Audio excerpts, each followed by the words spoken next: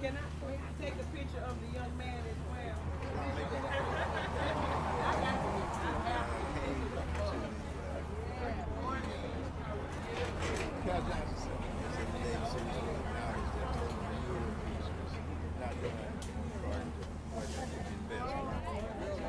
I actually was going to go Nikki Giovanni. Anyway, shout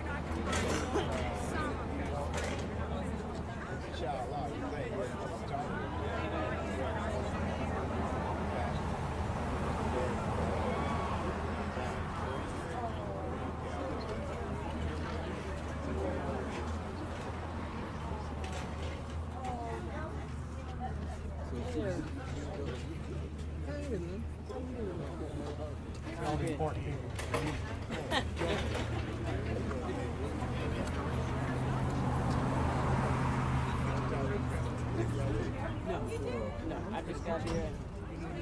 She was already engaged.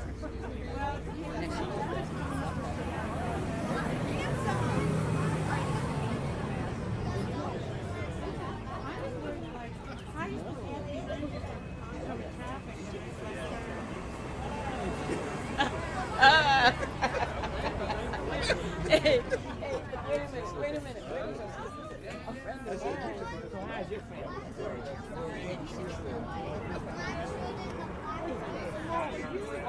I need to take some of these off my hands. I think this is right here. Like that one right there? Oh, okay. That's the one you got. Okay, all right. You ain't gonna let go of that one.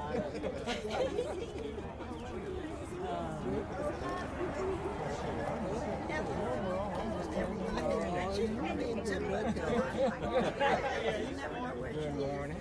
Good morning. I am well. How are you? Good morning.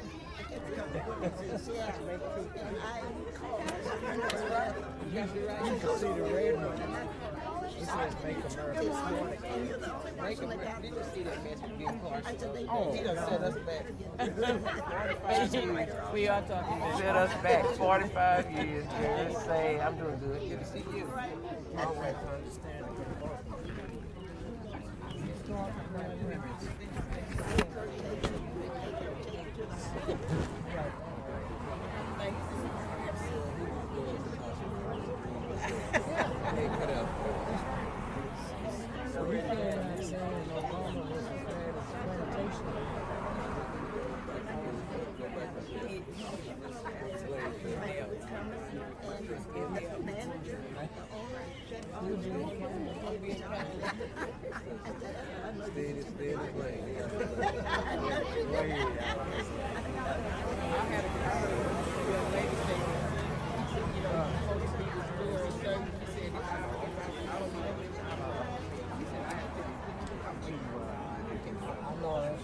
anybody other than you.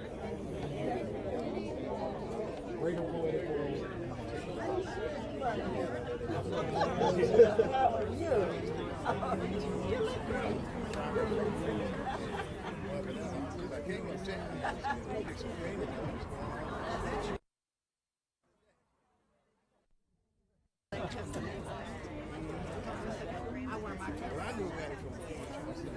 My niece getting there with you? Oh, we had a meeting recently. She told me that. But I still want to tell her.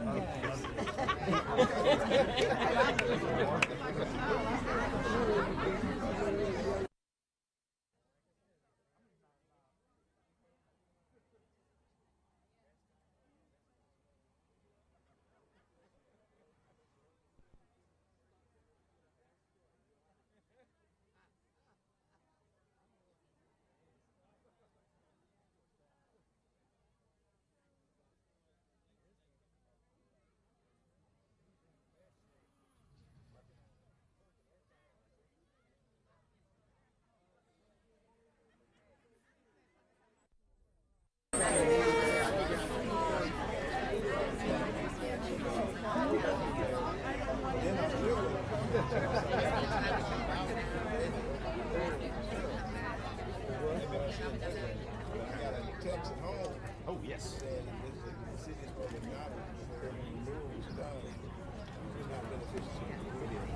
I'll say this, the way something open here program. This one here, one on there, taking our parents. Oh, I'm But there was one. Well, it's that. It's like she, but grandmother didn't.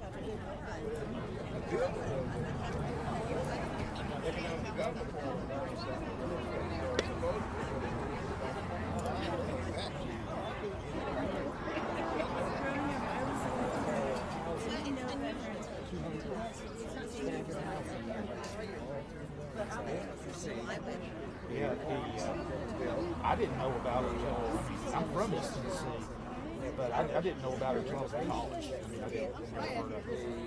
Of course, I wasn't exactly. College was when I discovered poetry, so this is not surprising.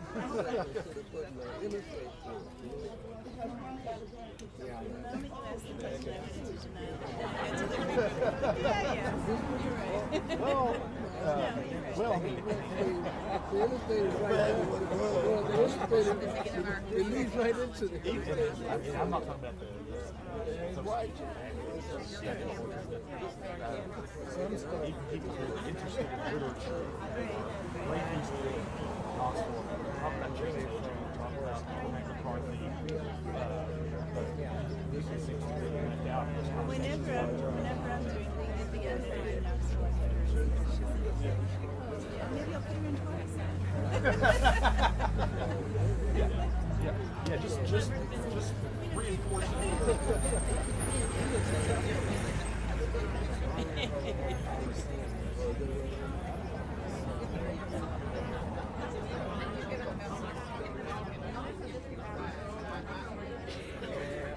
All of this, though.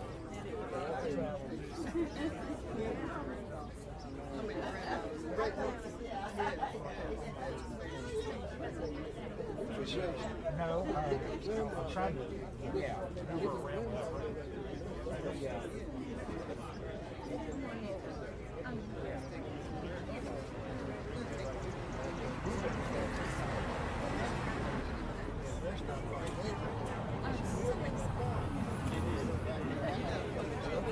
I remember this little Good, how you doing?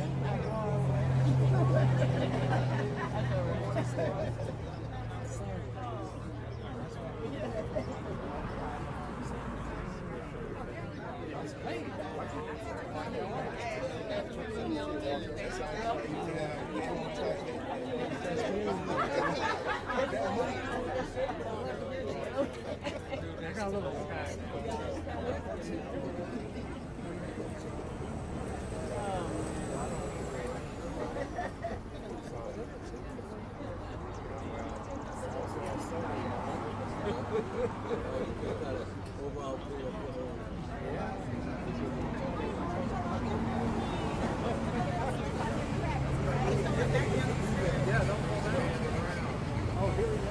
How are you?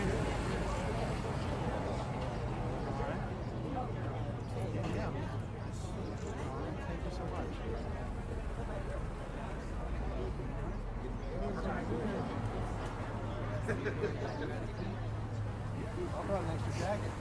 You want to borrow my jacket? This wool jacket keeps you cool.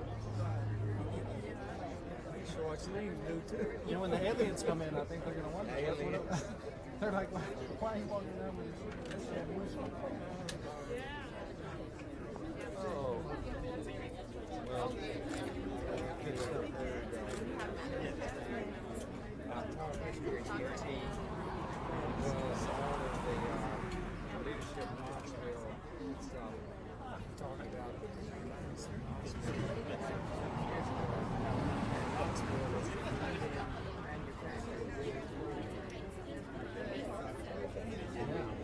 I know you used to be underwear capital. okay. My dad worked there. My grandfather worked there. And they made underwear there. The slogan was, whatever you stand or shoot, like healthcare. Okay.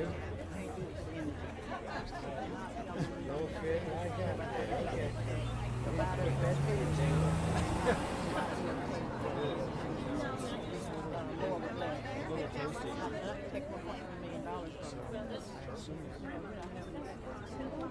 This is we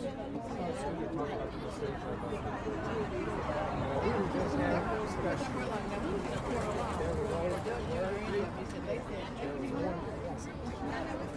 Another one there? Where there were 200 standard housing units that were built in this place. There was a low interest loan program, private houses. There was a grant program attached to it.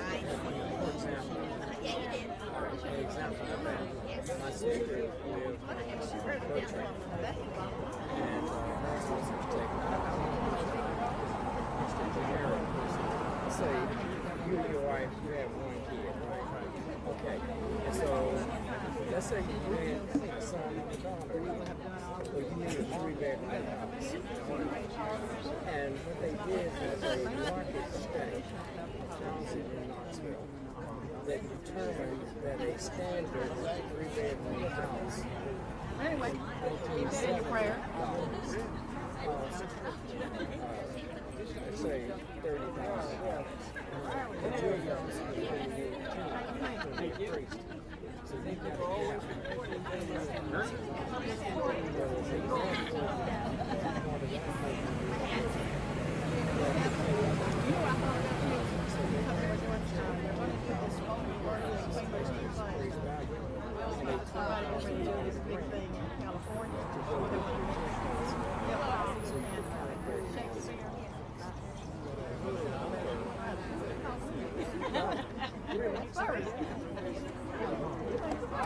certainly increased persons.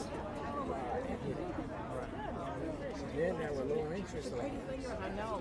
Some rehabbing, there were grants for rehabbing. They said built 200 the standard housing units. You drive through Dallas out. Now nobody was There's 2 senior citizens. Me and Ronnie was there. It's about Wait a minute. those were built. Eventually, they were built for people.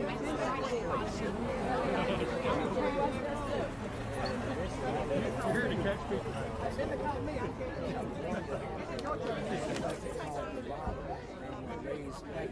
Hey there, how are you?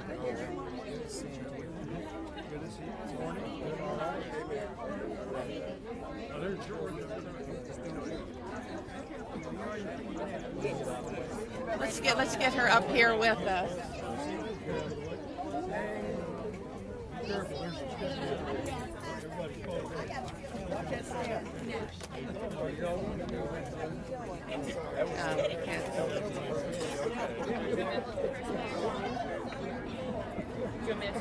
Oh, thank you.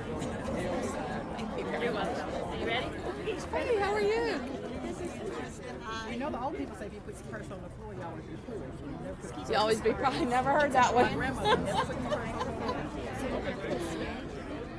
I just try not to be a burden on my friends and staff. You know? Here, hold this one second. Yeah. Did you get a picture with her, Vivian? Vivian, did you get a picture with her yourself? Did you get one? You here? We'll get you one real fast, and then we got to start. Okay.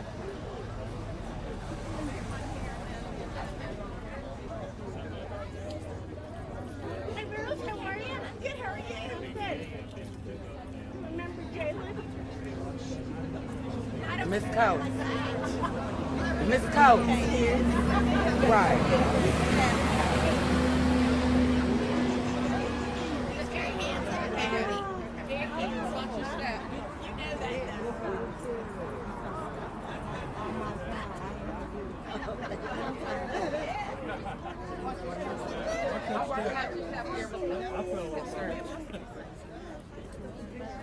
Okay, you're first, then me, then Mary.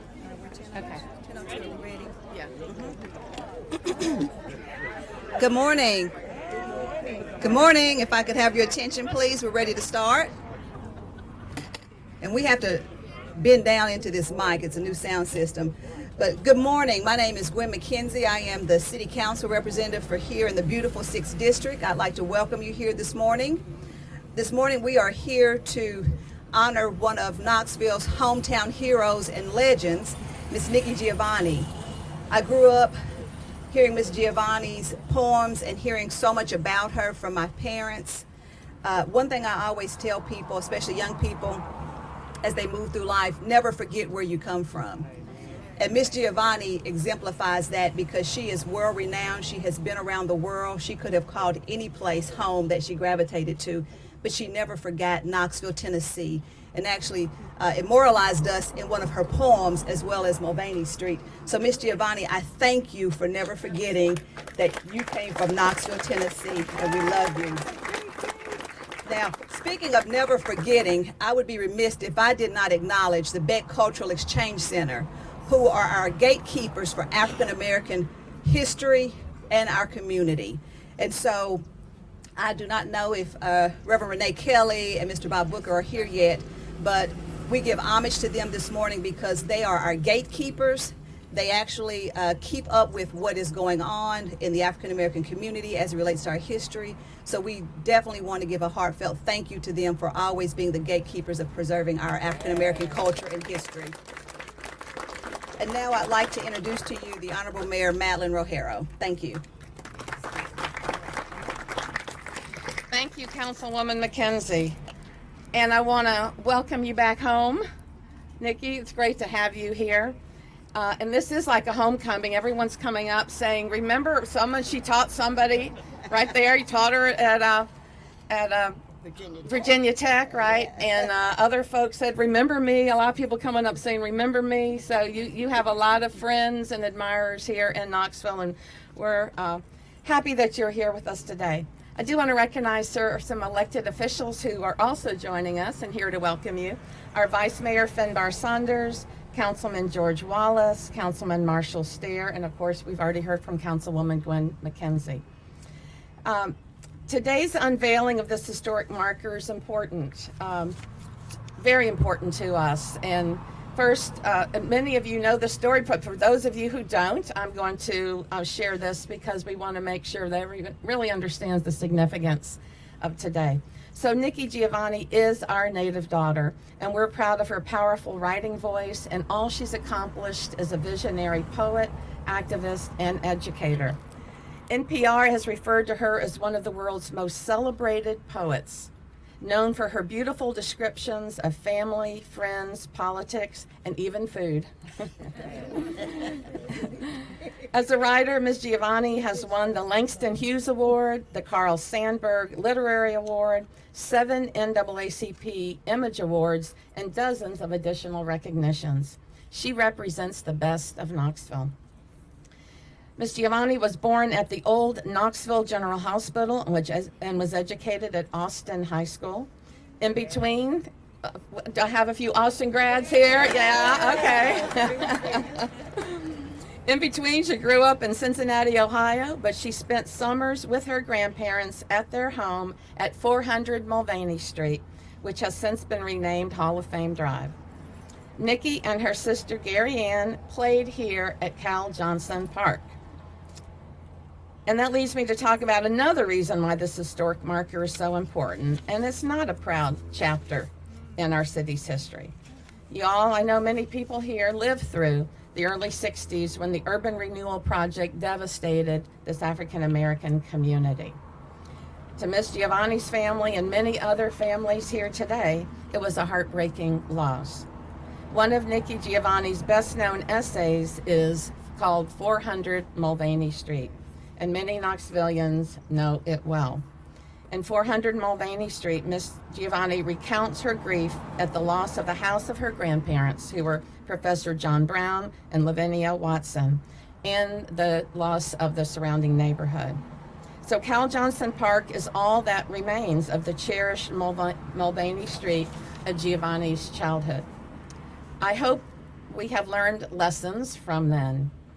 I have to tell you that we are about to start on a $550,000 renovation of this facility. Council just approved the contract the other night. And let me share with you some of the great things that are happening here, okay? Throughout the year, you will find lots of children and adults at this facility. The city offers a free after-school program for our kids. The summer camp program serves kids ages 6 to 12. It's also the city's only site to offer a teen program for ages 13 to 15. Last summer, 84 children were registered. Now this summer, we're going to have to move the camp to nearby Green Magnet School because of the renovations that will be happening. The gym is heavily used for youth basketball, both for practices for the Center City Youth Sports Program during the week and games on Saturday. And the gym also hosts the city's Holiday Classic basketball tournament and city tournament games. Our Parks and Recreation Department also hosts adult basketball leagues at the gym on Sunday afternoons in the winter and summer. There's a lot of use for open play basketball and the weight room, and a few dance groups have used the recreation center recently. There's also a chess program for kids. Where's Elijah again? Oh, there you go. Elijah Clark. He works at the center, and he is also a chess player. And I understand you're teaching the kids how to play chess. All right, that's pretty cool. So I am really excited that as people, all the folks who come to this park and enjoy this facility and what will soon be a renovated facility, upgraded and modernized, that they will first walk past this historic marker that we will unveil in just a moment. So with all of that, it is really my great honor to introduce Knoxville's own Nikki Giovanni.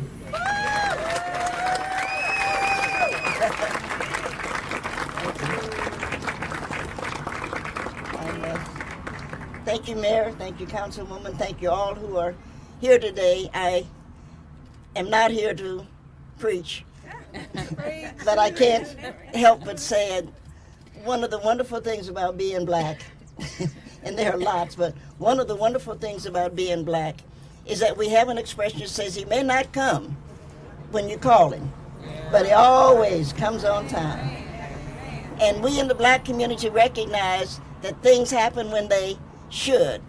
We know that we in the black community, not that we're excluding white people, but we know that we in the black community are leaning on the everlasting arms. And as long as we do that, everything is going to work. Everything will be all right. And I just can't help but be happy to be back at Knoxville, because I went to Mount Zion Church. 400 Mulvaney is there, but Mount Zion is at the top. And at the top of that hill, we open church every day, every Sunday, with leaning on the everlasting arms. I'm 75 years old, and so I now know what it means to lean, because you got to have something that you believe in. And we got a lot of things going on right now, but one of the things that we in Knoxville have is, in all fairness to everybody, good white people. And we're always, we're always so proud to have good white people, because a lot of them are crazy. So it's very nice that we in Appalachia have the best. I just wanted to mention that. And I'm so proud to be a Knoxvillian, because we in the Appalachian Mountains, we in that Appalachian Trail, we in this area saved this country. So we did. I mean, if you study your history, and I hope that you youngsters are doing it, we recognize that if we in the Appalachia had not stood up for America, for the Constitution, for the hopes and the dreams, things in the what is called Civil War would have gone differently. So we're very proud of the white people that we live with. We're very proud that they stood up for the best in America. They were not afraid of some brown people coming across a wall. They were not afraid of some women making a decision to control their own body. They were not afraid. I just thought I should mention that. We in Appalachia are not afraid of the truth and justice. And we will continue to not be afraid, because we in Appalachia, white and black and brown, yellow, are a great people. And we are not going to let anybody take that greatness away from us.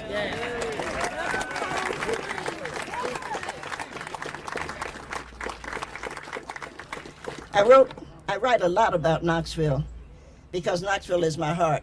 And I'm an old woman who's learned, after all of these years, and I laugh about it, Jenny's here, I learned to cry. I used to not be able to cry, which is one reason I had a seizure.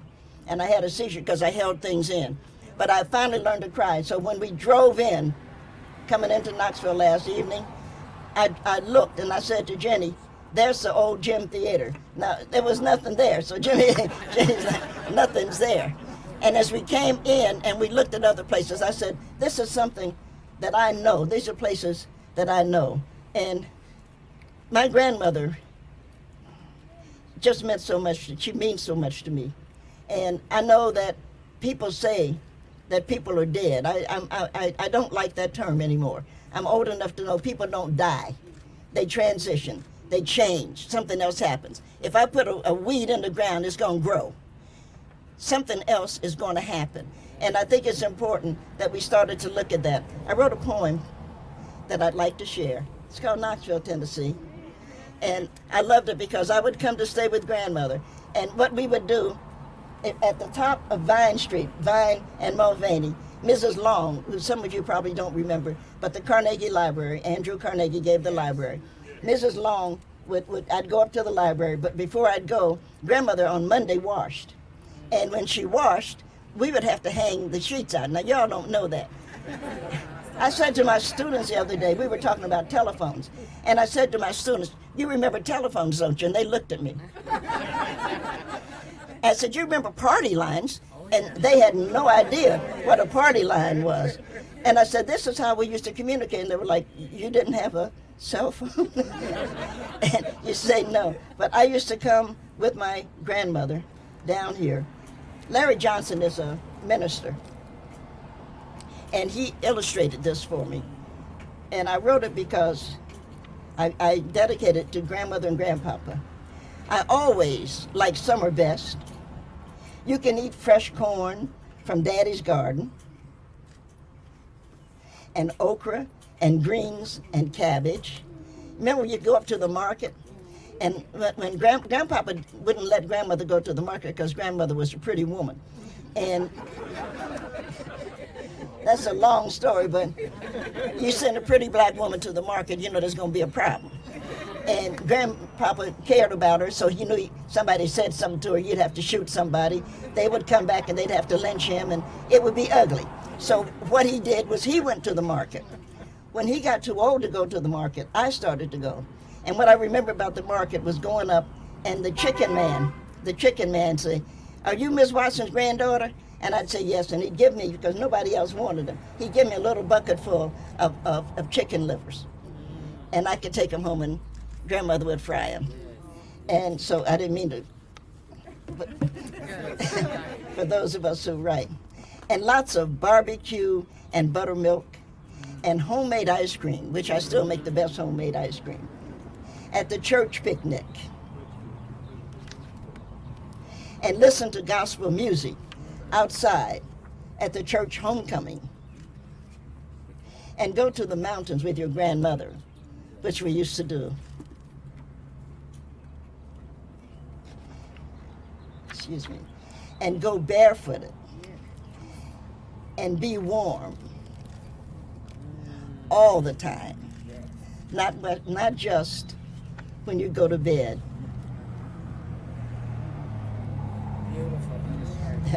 and sleep. That's so, as I said, church used to open with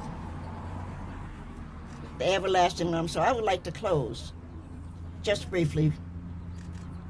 What a fellowship, what a joy divine, leaning on the everlasting arms. What a leaning on the everlasting arm. We are leaning, safe and secure from all along. We are leaning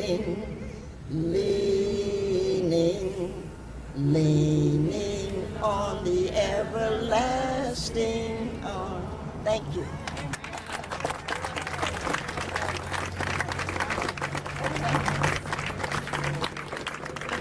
That was tremendous. And for all of you who had your video cameras running, you had got the annotated version by Nikki Giovanni herself of one of her most wonderful poems, in books.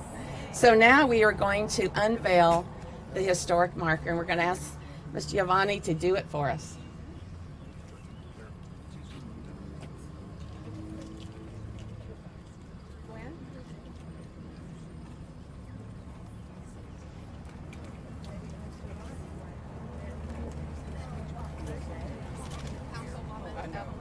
I'm standing behind her because she saw me.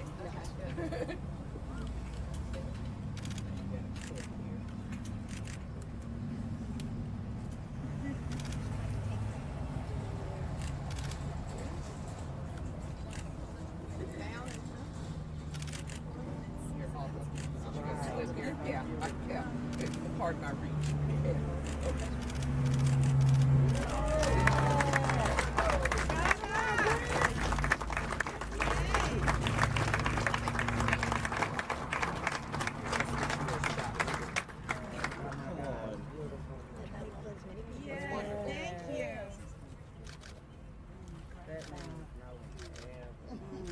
I know grandmother's here.